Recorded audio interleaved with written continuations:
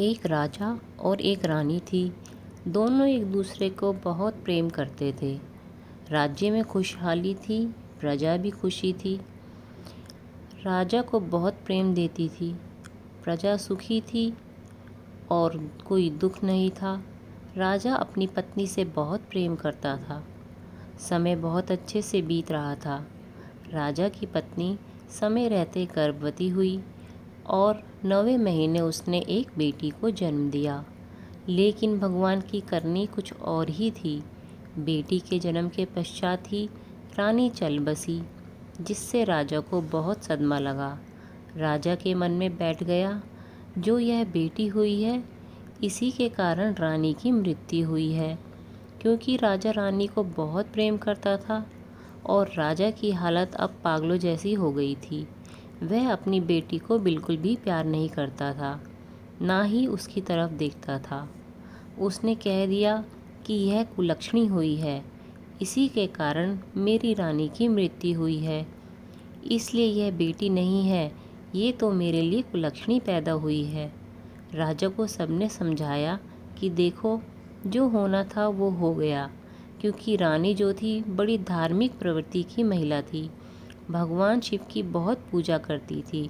लेकिन राजा ने अपनी बेटी को ही रानी की मौत का जिम्मेदार मान लिया और अपनी बेटी से बहुत नफरत करने लगा। और धीरे धीरे राजा सदमे में पहुंच गया।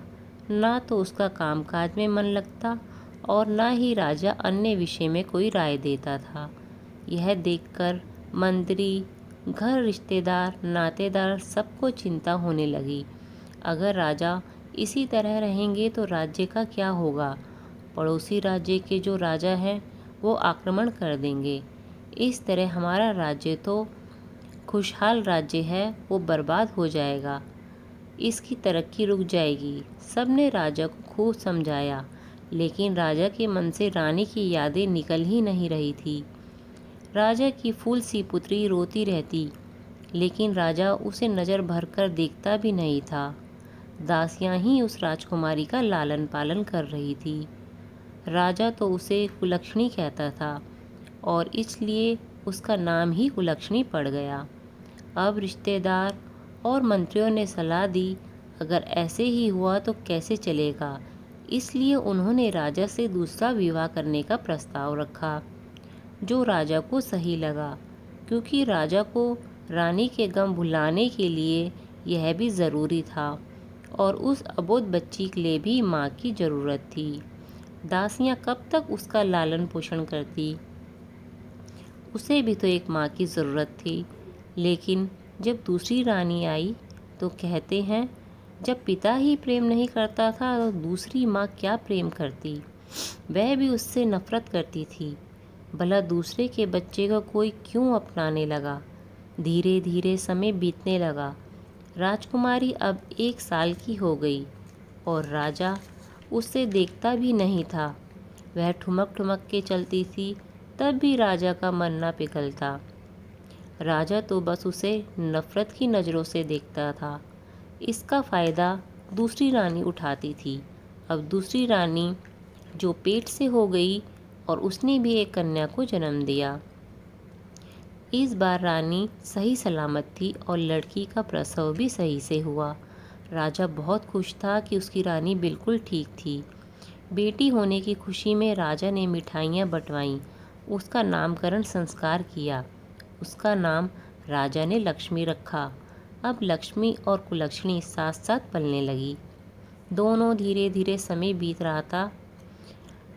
राजा रानी लक्ष्मी को बहुत प्यार करते थे, लेकिन कुलक्षणी बेचारी उपेक्षा का शिकार ही रहती थी। उसे तो कोई फूटी आँख भी नहीं देखता। लेकिन समय अपनी गति से बीत रहा था। धीरे धीरे राजकुमारी लक्ष्मी को शिक्षा दिलाई गई। जो अधिकार राजकुमारी के होते हैं वो सब उसे दिए गए, लेकिन कुलक्षणी के लिए कोई शिक्षा का प्रबंध नहीं किया गया। बेचारी लक्ष्मी और कुलक्षणी दोनों में थोड़ा ही अंतर था। लक्ष्मी के जो कपड़े पुराने होते वो कुलक्षणी को पहनने के लिए दिए जाते, क्योंकि जब पिता ही प्रेम नहीं करता तो दूसरा कोई क्यों ही करता। धीरे धीरे दोनों लड़कियां सयानी हो गई। अब रानी एक दिन कहने लगी, राजा साहब, लड़कियां अब बड़ी हो गई है, हमें इनकी शादी कर देनी चाहिए। जो कुलक्षणी थी वह बहुत धार्मिक प्रवृत्ति की थी, क्योंकि उसकी माँ भी बहुत धार्मिक थी। वह भोले बाबा की रोज़ पूजा पाठ किया करती थी। और जो लक्ष्मी थी वह बहुत ही घमंडी थी, क्योंकि उसके लिए किसी चीज़ की कोई कमी नहीं थी। उसे माँ बाप दोनों का प्यार मिलता था। लेकिन बेचारी कुलक्षणी, कहते हैं जिन बच्चों को माता पिता का प्रेम नहीं मिलता वह बच्चे कुछ ज़्यादा ही समझदार होते हैं। कुलक्षणी बहुत ही समझदार थी। वह बेचारी चुप रहती, लेकिन महल के लोग उससे बहुत लगाव रखते थे। लक्ष्मी भी उसे डांटती रहती थी। राजा भी लक्ष्मी को देखकर फूला नहीं समाता था, लेकिन कुलक्षणी को देखकर रास्ता बदल लेता था। बेचारी कुलक्षणी अपने पिता के प्यार के लिए तरसती थी। राजा ने सख्त हिदायत दी हुई थी कि जब भी वह महल में आए तो कुलक्षणी उसके सामने ना आए। इस बात का पूरा ख्याल रखा जाता था। लेकिन चाहे राजा कितनी भी नफरत करता था, पर थी तो वह राजा की ही बेटी, शादी तो उसकी करनी ही थी। एक दिन रानी ने राजा से कहा, राजा साहब, दोनों लड़कियां बड़ी हो गई है, क्यों ना इनके लिए लड़का देखा जाए। राजा ने कहा, हाँ, शादी तो करनी है, इस कुलक्षणी का साया हमारे महल से हट जाए। रानी तो कुलक्षणी से वैसे ही नफरत करती थी, वह उससे सारे काम करवाती थी। राजा ने कहा, अब जैसी वो है वैसा ही लड़का देखना पड़ेगा। रानी ने कहा, अरे राजा साहब, उसके लिए तो कोई अंधा लंगड़ा लड़का भी चलेगा, वो कहाँ महलों में रहने लायक है। जहाँ भी जाएगी बेड़ा गर्क ही करेगी। यहाँ भी अपनी माँ को पैदा होते ही खा गई, और वहाँ भी जाने क्या क्या हो, हमें क्या क्या सुनना पड़े। राजा कहने लगा, रानी साहिबा, आप ठीक कह रही हो। अब राजा ने अपने महल के नाई और ब्राह्मण को बुलवाया और कहा कि आप कुलक्षणी के लिए एक अंधा वर ढूंढ कर लाओ। अब नाई और ब्राह्मण कुलक्षणी के लिए अंधा लड़का ढूंढने चल दिए। अब चलते चलते वह एक गांव में पहुंचे। उन्होंने देखा वहां एक औरत थी जो भीख मांग रही थी, और उसके साथ उसका जो बेटा था वह भी भीख मांग रहा था। बेटा जो था वह अंधा था, और घर के नाम पर उनके पास एक टूटी फूटी झोपड़ी थी। नाई और ब्राह्मण उसे देखकर खुश हो गए, क्योंकि उन्हें कई दिन हो गए थे जैसा वर राजा ने कहा था वैसा वर ढूंढने के लिए। आज उनकी नज़रों के सामने वैसा ही वर था। अब नाई और ब्राह्मण उस भिखारन के पास गए और बोले, माई, हम तुम्हारे बेटे के लिए एक बहुत अच्छा रिश्ता लाए हैं। पहले तो भिखारन हंसी और फिर कहने लगी, अरे भैया, मेरे अंधे बेटे से कौन शादी करेगा। फिर नाई बोला, अरे नहीं माई, हम सचमुच तुम्हारे लड़के के लिए रिश्ता लाए हैं, और वो भी राजमहल से। अब राजमहल से रिश्ते की बात सुनकर भिखारन तुरंत राजी हो गई। सोचने लगी, वह कैसी भी हो, चाहे कुछ भी ना लाए, लेकिन राजमहल से तो नाता जुड़ ही जाएगा। और उसके साथ कुलक्षणी का रिश्ता तय हो गया। नाई और ब्राह्मण वापस राजमहल आ गए और आकर राजा को सारी बात बताई। राजा ने कहा, ठीक है, जैसा लड़का चाहिए था वैसा मिल गया। राजा ने कुलक्षणी का विवाह उस अंधे भिखारी से कर दिया, और दान दहेज के नाम पर भी उससे कुछ नहीं दिया। अब जब राजकुमारी अपने ससुराल पहुंची तो देखा कि टूटी फूटी झोपड़ी है, बैठने के लिए भी कुछ नहीं है। चाहे कुछ भी था, थी तो वो राजकुमारी राजमहल में पली हुई। उसने भगवान से कहा, हे भगवान, हे भोले शंकर, ये कैसी परीक्षा ले रहे हो। मुझे पति मिला तो वो भी अंधा। अगर वह ठीक होता तो हम दोनों मिलकर कुछ काम करके अपना जीवन यापन करते, परंतु अब क्या हो सकता था। अब तो राजकुमारी ने सोचा, मेरा पति ही मेरा परमेश्वर है। उसने अपनी सासू माँ से कहा, माँ जी, घर में खाना बनाने के लिए जो सामान है वह मुझे दे दो, ताकि मैं भोजन पका सकूं। अब माँ बेटा दोनों भिखारी थे। जो 2-4 पैसे मिलते उसी से खाना पीना चलता था। कई बार तो उन्हें भूखे पेट सोना पड़ता था। अब जो भी घर में थोड़ा बहुत था, कुलक्षणी ने उसे पकाया और पहले अपनी सास और अंधे पति को खिलाया, बाद में जो बचा उसे स्वयं ग्रहण किया। वह इसे भोलेनाथ की मर्जी मानकर अपने पति व सास के साथ बड़े प्यार से रहने लगी, उनकी सेवा करने लगी। उसने उन्हीं में सुख तलाशने की कोशिश की। उधर राजमहल में रानी राजा से बोली, महाराज, कुलक्षणी तो इस घर से विदा हो गई।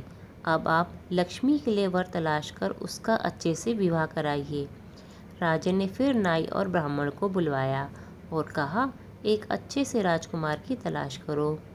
नाई और ब्राह्मण राजकुमारी के लिए वर ढूंढने निकल पड़े और एक चक्रवर्ती राजा के राज्य में पहुँचे। अब लक्ष्मी जो थी वह देखने में भी बहुत सुंदर थी। राजा का एक ही पुत्र था और चक्रवर्ती सम्राट बनने वाला था, तो वह भी तुरंत तैयार हो गए। समय आने पर शादी हुई। धूमधाम से लक्ष्मी का विवाह किया। दान दहेज भी खूब भर भर कर दिया। किसी चीज़ की कोई कमी नहीं होने दी। उधर बेचारी कुलक्षणी जैसे तैसे अपने दिन काट रही थी, जबकि लक्ष्मी ऐशो आराम से अपना जीवन व्यतीत कर रही थी। लक्ष्मी को महल में भी माता पिता का प्यार मिला और ससुराल में भी उसे चक्रवर्ती सम्राट जैसा वर मिला। अब उधर कुलक्षणी एक दिन अपनी सासू माँ से बोली, माँ जी, इस तरह भीख मांगना हमें अच्छा नहीं लगता, क्यों ना हम अपना कुछ काम करें। सासू माँ बोली, वह बहू, भले ही तुम्हारा नाम कुलक्षणी हो, पर मेरे घर की तो तुम लक्ष्मी हो। तू जो कहेगी मैं मान लूँगी। कुलक्षणी बोली, माँ जी, भीख मांगकर जो पैसे मिले हैं, मैं चाहती हूँ उससे कुछ खरबूजे और तरबूज खरीद लूँ। गर्मी का मौसम है, खूब बिकेंगे। कम से कम हम आत्मसम्मान से तो रहेंगे। आप जब भीख मांगती है और लोग जब आपको भला बुरा कहते हैं तो मुझे अच्छा नहीं लगता। अब से आप घर पर रहना और मैं ये भाजी तरकारी बेचने जाया करूँगी। उसकी सासू माँ बोली, बेटी तू नई नई है, कहाँ जाएगी। कुलक्षणी बोली, नहीं माँ जी, आप चिंता मत करो। ऐसा कहकर कुलक्षणी चल दी। अब भीख मांगकर जो पैसे मिले थे उसने उससे एक डलिया खरीदी, कुछ खरबूज और तरबूज खरीदे और उन्हें बेचने के लिए जंगल से होती हुई एक मंदिर में पहुंची और उसके बाहर बैठ गई। बड़े ही ताज़े ताज़े खरबूजे और तरबूज थे और गर्मियों में खरबूज और तरबूज लोगों को बहुत भाता है, इसलिए कुलक्षणी के तरबूज और खरबूजे हाथों हाथ बिक गए। अब कुलक्षणी के पास 2 खरबूजे बचे थे। संयोग से पार्वती और शिवजी वहाँ से गुजर रहे थे। माता पार्वती कहने लगी, शंकर जी देखो, खरबूजे की महक यहाँ तक आ रही है, मुझे तो खरबूजे खाने हैं। शंकर जी बोले, अरे पार्वती, तुम भी किस चक्कर में पड़ रही हो, चलो कैलाश चलते हैं। तुमने कहा था कि मैंने पृथ्वी भ्रमण करना है, इसलिए मैं तुम्हें लाया। अब तुम ये कौन सी हट पकड़ कर बैठ गई हो। वो कहते हैं ना, नारी हट अपनी बात मनवा कर ही रहता है। तो वो कहने लगी, नहीं नहीं महादेव, मुझे उस रास्ते से जाना है। देखो कैसे ताज़े ताज़े खरबूजे हैं और वह तो आपकी भक्त भी है। अब शंकर जी और पार्वती माता ने बूढ़े बुढ़िया का भेष बनाया और चले आए कुलक्षणी के पास। उन्होंने बिल्कुल ऐसा भेष बनाया जैसे बिल्कुल भूखे हों, फटे पुराने कपड़े, और जाकर कुलक्षणी से बोले, बेटी हमें भूख लगी है, क्या हमें यह खरबूजे खिलाओगी। कुलक्षणी बोली, हाँ हाँ, क्यों नहीं, इतनी गर्मी है, पहले आप आराम से बैठो। कुलक्षणी के पास थोड़ा पानी था, उसने शंकर जी और पार्वती माता को पिलाया। फिर उन्हें जो जो 2 शेष खरबूजे बचे थे वो खाने के लिए दिए। खरबूजे खत्म होने के बाद पार्वती जी बोली, बेटी भूख लगी थी सो खरबूजे तो हमने खा लिए, किंतु तुम्हें देने के लिए हमारे पास पैसे तो है नहीं। कुलक्षणी बोली, कोई नहीं, ये तो मेरे पास 2 खरबूजे बच गए थे, इससे आपकी भूख शांत हो गई। इससे बड़ा पुण्य और क्या होगा। मेरी माँ नहीं है और आपने इतने प्यार से मुझे बेटी कहा है, बेटी शब्द सुनने के लिए तो मैं तरस गई थी। मेरे पिता ने भी मुझे कभी बेटी का प्यार नहीं दिया। अब पार्वती मैया जो बूढ़ी बनी हुई थी बोली, बेटी मेरे पैर बहुत दुख रहे हैं, बड़ी दूर से चलकर आई हूँ, बहुत थक गई हूँ। ऐसा कहकर पार्वती मैया वहीं निढाल होकर लेट गई। अब कुलक्षणी ने देखा बूढ़ी माँ काफ़ी थकी लग रही है, तो वह बड़े प्यार से पार्वती के पैर दबाने लगी। ठंडी ठंडी हवा चल रही थी। पार्वती मैया को नींद आ गई। जब पार्वती माता सो रही थी तो कुलक्षणी अपने आंचल से माँ को हवा झेलने लगी ताकि कोई मक्खी मच्छर परेशान न करे। शिवजी भी वहीं पास में लेट गए। जब वह बूढ़ी माई जो पार्वती थी उनकी आँख खुली तो बड़ी प्रसन्न हुई। तुमने हमारी इतनी सेवा की, पर हमारे पास तुम्हें देने के लिए कुछ नहीं है। कुलक्षणी बोली, कोई बात नहीं माता, मुझे तो तुम्हारी सेवा कर बहुत आनंद आया। ऐसा लगा जैसे मैं अपनी माँ की सेवा कर रही हूँ। चलते वक्त पार्वती माता शंकर जी से बोली, आपके झोले में कुछ है तो इस बेटी को दे दो।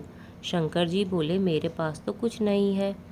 माँ पार्वती बोली, आपके झोले में जो भभूत है वो ही दे दो। अब भगवान शंकर के झोले से भभूत निकालकर माता पार्वती ने कुलक्षणी को दी। उसने बड़े प्यार से आंचल फैलाकर वह भभूत ग्रहण की और खुशी खुशी अपने घर को चली गई। घर पहुंचकर अपनी सासू माँ से बोली, आज एक बूढ़े बाबा और बूढ़ी माँ की सेवा करके मुझे बहुत आनंद आया, और देखो मेरे सारे खरबूज और तरबूज भी बिक गए। अब आपको और मेरे स्वामी को बाहर जाकर भीख मांगने की ज़रूरत नहीं है। अब हम मेहनत से काम करेंगे और भोले बाबा की कृपा रही तो सम्मान पूर्वक ज़िंदगी जिएंगे। उसकी सास कहने लगी, कुलक्षणी बेटा, तुम जैसी बहू पाकर मैं धन्य हो गई। मैंने तो सपने में भी नहीं सोचा था कि मेरे बेटे का विवाह होगा और उसे इतनी संस्कारी बहू मिलेगी। मैं तो भगवान की ऋणी हूँ जो भगवान ने मेरे बेटे की किस्मत में तुम्हें लिखा। फिर कुलक्षणी बोली, मैया, जो बूढ़ा बूढ़ी आए थे उन्होंने यह भभूत दी, इसका क्या करूँ? माँ बोली, अभी तुम्हारा पति बाहर गया हुआ है, जब वो आ जाएगा तो जैसा वो बोलेगा वैसा ही करना।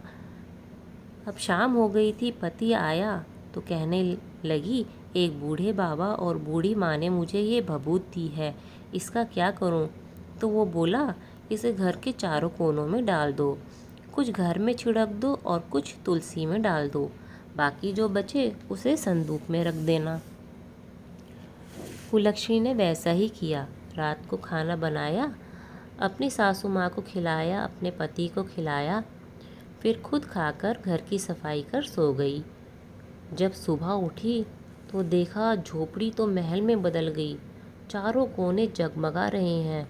घर में धन के अंबार लगे हुए हैं, अन्न धन के भंडार भरे हुए हैं। उसे तो बहुत अचंभा हुआ। दौड़ी दौड़ी अपनी सासू माँ के पास गई। बोली, माँ जी उठिए, माँ जी उठिए, देखिए क्या हो गया है। सासू माँ उठी और देखा तो उसे तो अपना घर पहचानने में ही नहीं आया। वह कहने लगी, अरे कुलक्षणी, क्या हम तेरे मायके आ गए हैं? आज तक तो तेरे पिता ने तेरी कभी सुध नहीं ली, आज अचानक यहाँ कैसे ले आए? मैं तो सो रही थी, मुझे तो पता भी ना चला। कुलक्षणी बोली, नहीं माँ जी, ये मेरे पिता का घर नहीं है, यह हमारा घर है। देखिए, शायद ये भोले बाबा और माता पार्वती की कृपा हुई है।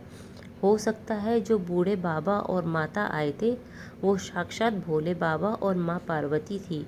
यह बोलकर वह रोने लगी कि साक्षात भगवान मेरे पास आए थे और मैं पहचान ना सकी। उसकी सासू माँ ने बहू को धीरज दिलाया। अचानक उसका पति चिल्लाया, माँ देखो, मुझे सब दिखाई दे रहा है। अब कुलक्षणी की खुशी का ठिकाना ना रहा। बोली, माँ जी, जब भोले बाबा और माँ पार्वती ने हम पर इतनी कृपा की है तो क्यों ना हम अच्छी सी एक शिव चर्चा करवाएं, जिसमें लोगों को बुलाएंगे, नाते रिश्तेदार बुलाएंगे और भंडारा करवाएंगे। सास बोली, मेरे घर की तो तू लक्ष्मी है, जैसा तू चाहे वैसा ही करना। अब उसने अपने घर कथा रखवाई और सभी नाते रिश्तेदारों को संदेशा भिजवाया। अपने मायके, अपनी बहन के ससुराल सब जगह बुलावा भेजा। कुलक्षणी के पिता को अब बहुत शर्मिंदगी महसूस होने लगी कि मैंने बेटी के साथ ऐसा किया, और उसका नसीब देखो, भगवान ने स्वर्ण अक्षरों से लिख दिया।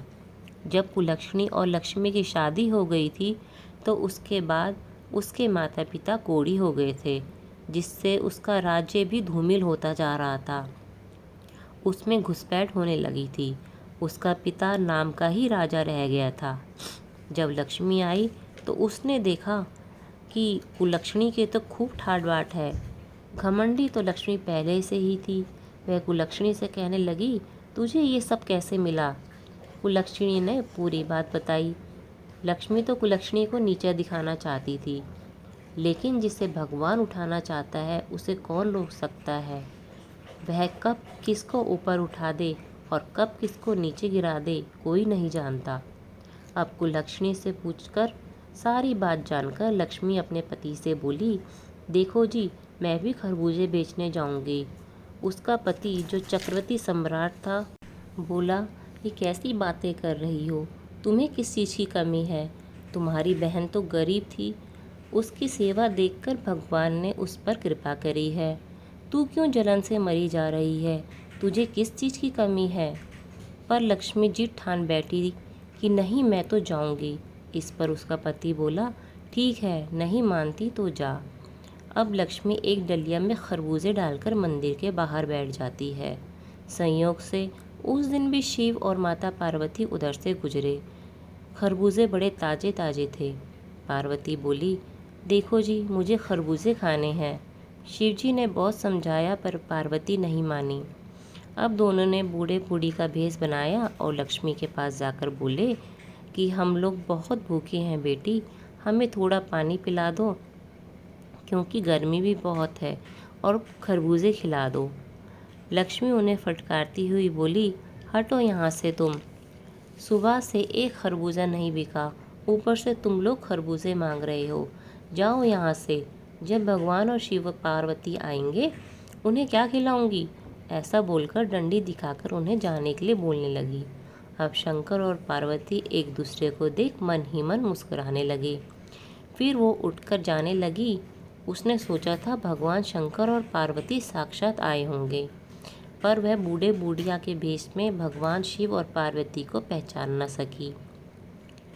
अब बूढ़े बूढ़ी से बोली, मैं तो जा रही हूँ। पार्वती बोली, तुम्हारा सुबह से कुछ सामान बिका नहीं, लो कुछ लेती जाओ। और भगवान शंकर के झोले से भभूत निकालकर लक्ष्मी को दे दी। लक्ष्मी उसे लेकर घर आ गई और उसे घर में छिड़क दिया। फिर खाना बनाया, खाया और सो गई। चाहे किसी ने खाया या नहीं खाया, उसे कोई परवाह नहीं थी। पहले तो उसे सोच सोचकर नींद नहीं आ रही थी कि जब सुबह उठूंगी तो सोने चांदी का अंबार लगा होगा। फिर उसकी आंख लग गई। जब सुबह उठी तो देखा महल की जगह टूटी फूटी झोपड़ी है। मच्छर मक्खी भिनभिना रहे थे और कुलक्षणी को उठते ही वह गाली देने लगी, सर पकड़ कर बैठ गई। फिर उसके पति ने उसे समझाया, देखो लक्ष्मी, तुम्हारी बहन नेकदिल है, उसने सच्चे मन से सेवा की थी, पर तुमने लालच किया और जो था वो भी गवा दिया। लेकिन लक्ष्मी अभी भी कुलक्षणी को कोसे जा रही थी कि उसकी छाया हम पर पड़ गई, इसलिए हमारे साथ ऐसा हुआ। अब उसके मायके में भी ये खबर पहुंची तो उसके माता पिता जो कोढ़ी हो चुके थे जैसे तैसे वहां पहुंचे। उन्हें देखकर लक्ष्मी बोली, दूर हटो, दूर हटो, मुझे ऐसे माँ बाप की ज़रूरत नहीं जो कोढ़ी हो, मुझसे दूर रहो। उसके माँ बाप तो अपनी बेटी के दुख में शामिल होने आए थे, पर लक्ष्मी ने उन्हें भगा दिया। जब कुलक्षणी को पता चला कि उसके माता पिता दर दर के भिखारी हो गए हैं और उसकी बहन के साथ भी बहुत बुरा हो गया, तो वह कुलक्षणी के पास गई और खूब धन देकर लक्ष्मी का राज्य फिर से बसवाया। अपने माता पिता को अपने साथ ले आई और उनकी सेवा करी। उसकी सेवा और भोलेनाथ की कृपा से उसके माता पिता ठीक हो गए। उनका राज्य भी उन्हें मिल गया। अब हर तीज त्यौहार में दोनों बेटियों को बुलाया जाता और उनका मान सम्मान आदर सत्कार किया जाता। तो हे भोलेनाथ, जैसे कुलक्षणी को उसका पीहर वापस मिला और पीहर में उसका मान सम्मान बढ़ा, ऐसे ही जो ये कथा सुन रहे हैं उन सभी बहनों का अपने मायके में मान सम्मान बढ़े, उनकी माता पिता भाई भाभी उनका आदर सत्कार करें। जो भी यह कथा सुन रहे हैं या कह रहे हैं उन सभी का मान अपने मायके में बना रहे। जय भोलेनाथ। दोस्तों, अगर आपको यह कहानी पसंद आए तो कहानी को लाइक करें और चैनल को सब्सक्राइब करें। जय भोलेनाथ, जय शिव शंकर।